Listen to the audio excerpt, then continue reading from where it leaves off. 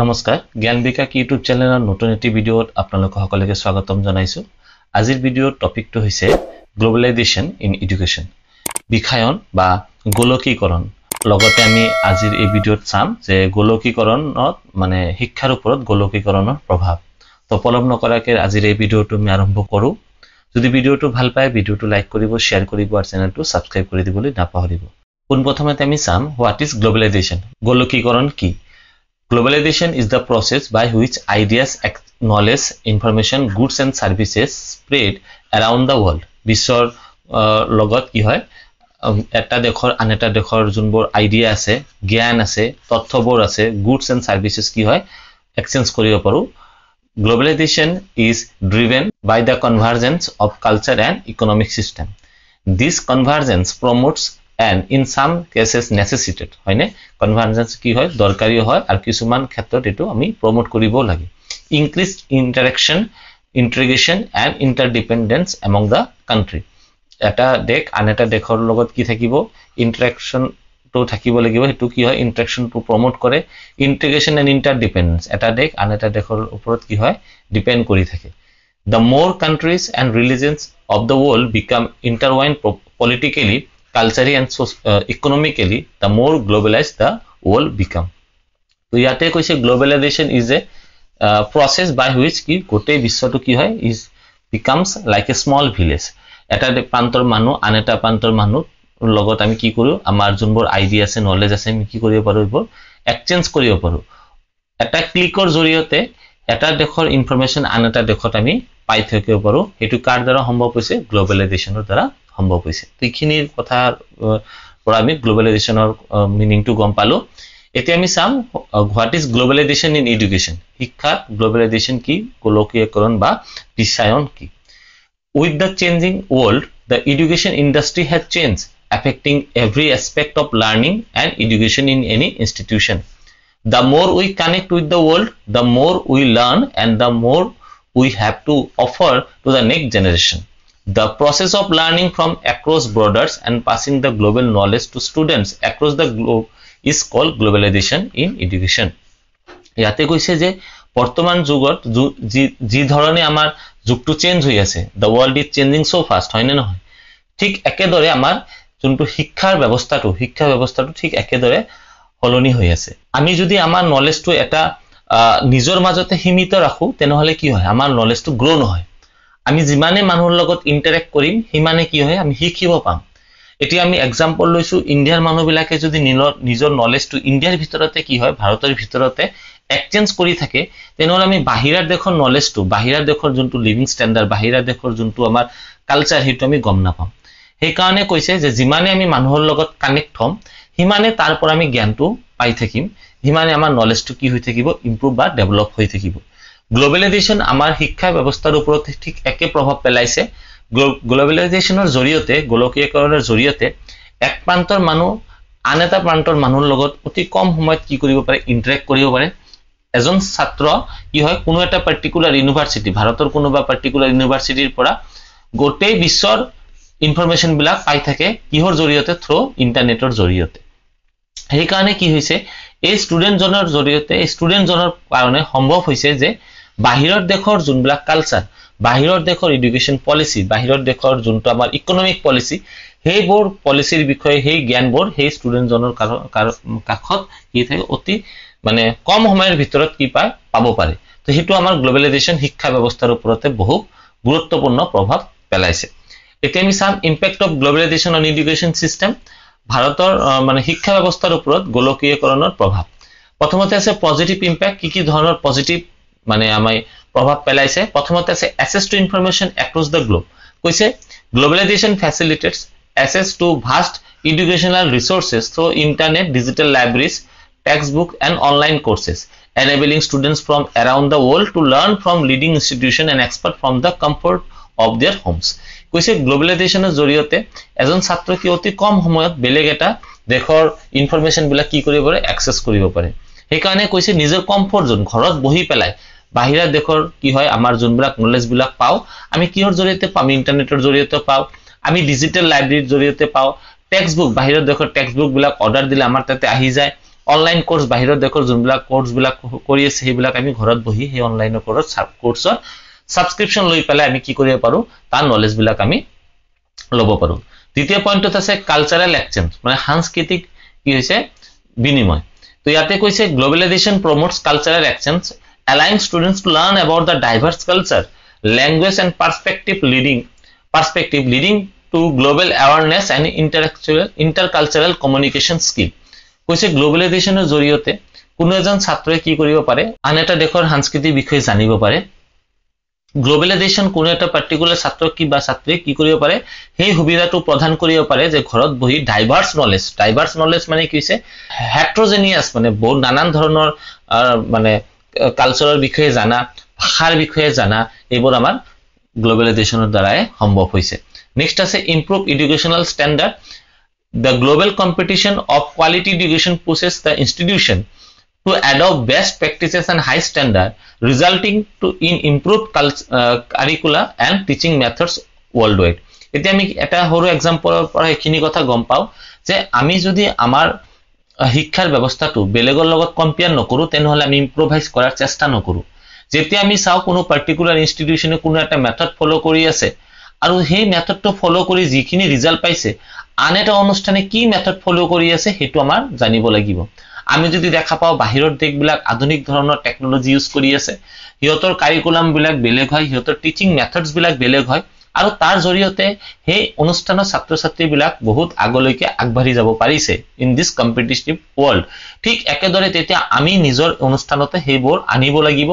আমাৰ যোনটো কাৰিকুলাম আছে হেতু চেঞ্জ কৰিব লাগিব আমাৰ যোনটো টিচিং মেথড আছে হেতু আমি চেঞ্জ কৰিব লাগিব তেনেহলে আমি ঠিক একেদৰে ৰিজাল্টটো পাম হেকানে গ্লোবালাইজেশনৰ জৰিয়তে আমি কি জানিব পাৰো যে আমাৰ যোনটো বৰ্তমান যোনটো আমাৰ টেকনিক্স বৰ্তমান যোনটো আমাৰ কাৰিকুলাম বা সিলেবাস হেবোৰ আমাৰ কি ঠিক একে ৰিজাল্ট দি আছে না নাই না আমি এটো চেঞ্জ কৰিব পাৰিম this is possible only through the globalisation next আছে বেটাৰ লাৰ্নিং অপৰচুনিটিজ কি আছে globalisation has expanded learning opportunities with the medium of online courses and educational platform accessible globally allowing students to enroll programs that may not be available locally কৈছে better learning option যে আমি এটা course কৰিব বিচাৰিছো এটো আমাৰ লোকেলিটিত নাই তেনেহলে আমি সেই কোৰ্সটো কেনেকৈ পাম তো আমি ইন্টাৰনেটৰ জৰিয়তে যোনটো ঠাইৰ পৰা আমি কোৰ্সটো পাম আমি অনলাইনত কোৰ্সটো এডমিশন লব পাৰো তাৰ পৰা আমি কোৰ্সটো কমপ্লিট কৰিব পাৰো বাই সিটিং এট হোম নেক্সটত আছে integration of technology in education globalization has accelerated the adoption of modern educational technologies such as online learning platform virtual classroom AI driven teaching tools making education more accessible than ever with enhanced engagement of student এতিয়া কৈছে technology যেতিয়া আমি upgrade কৰিব নোৱাৰিম তেনেহলে কি হয় আমাৰ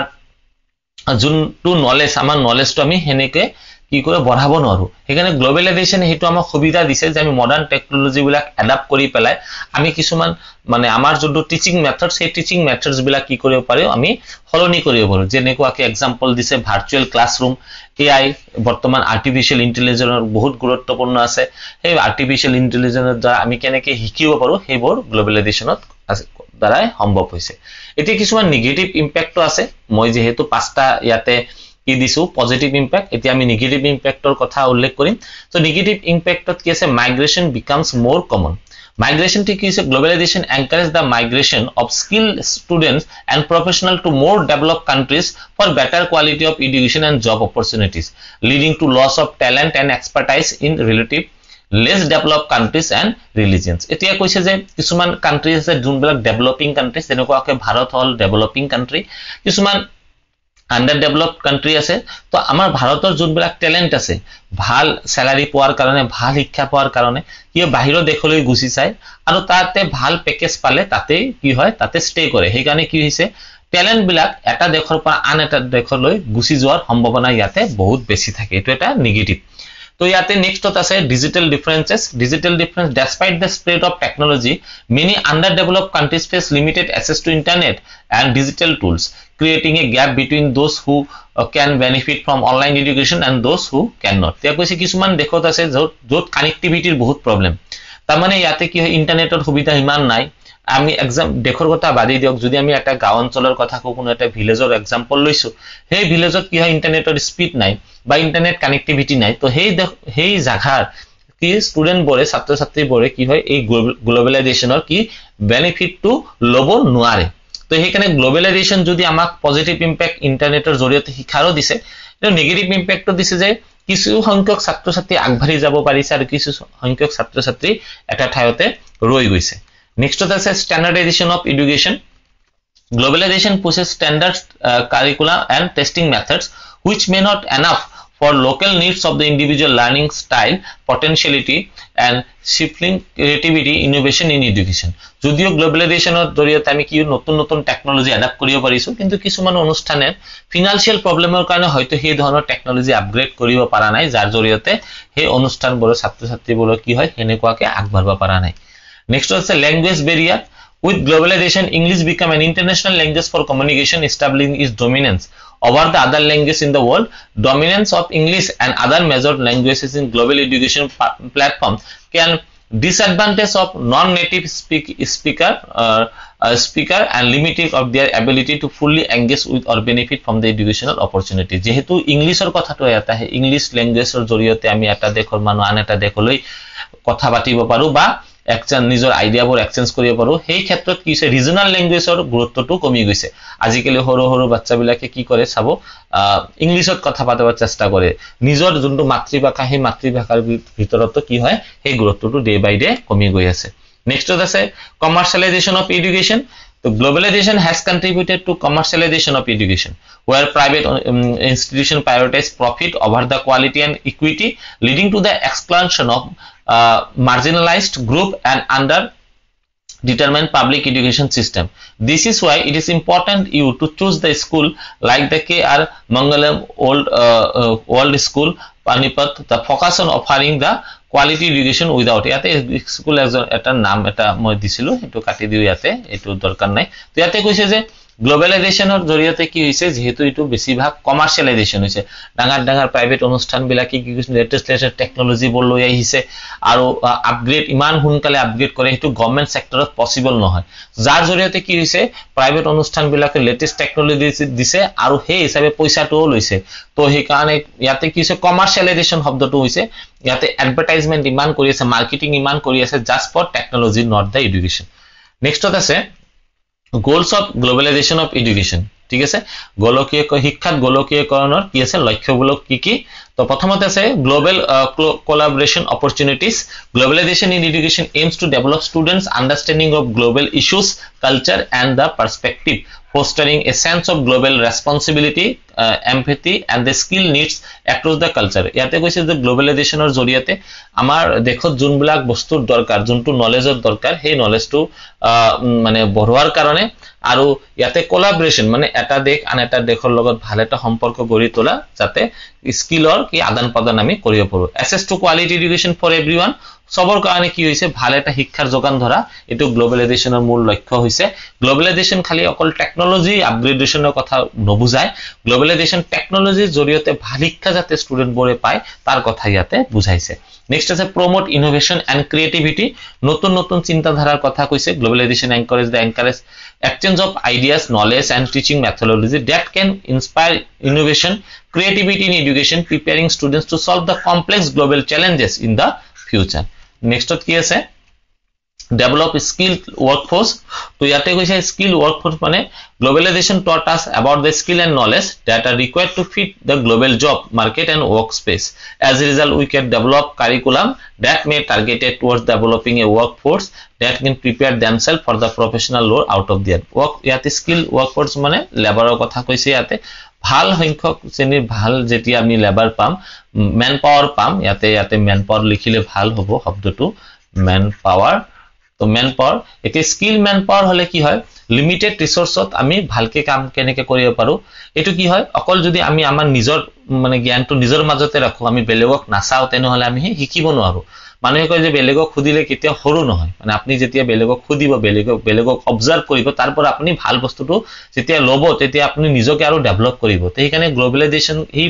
বস্তুটো আমাক দিছে যে আমি বেলেগ দেশক অবজাৰ্ভ কৰি তাতে কেনেকুৱা ওয়াৰ্ক ফোৰ্স হৈ আছে তাতে কেনেকুৱাকে কাম কৰি আছে সেই বস্তুটো অবজাৰ্ভ কৰি যাতে আমি নিজৰ মাজত আনিব পাৰো সেইটো গ্লোবালাইজেশনৰ আন এটা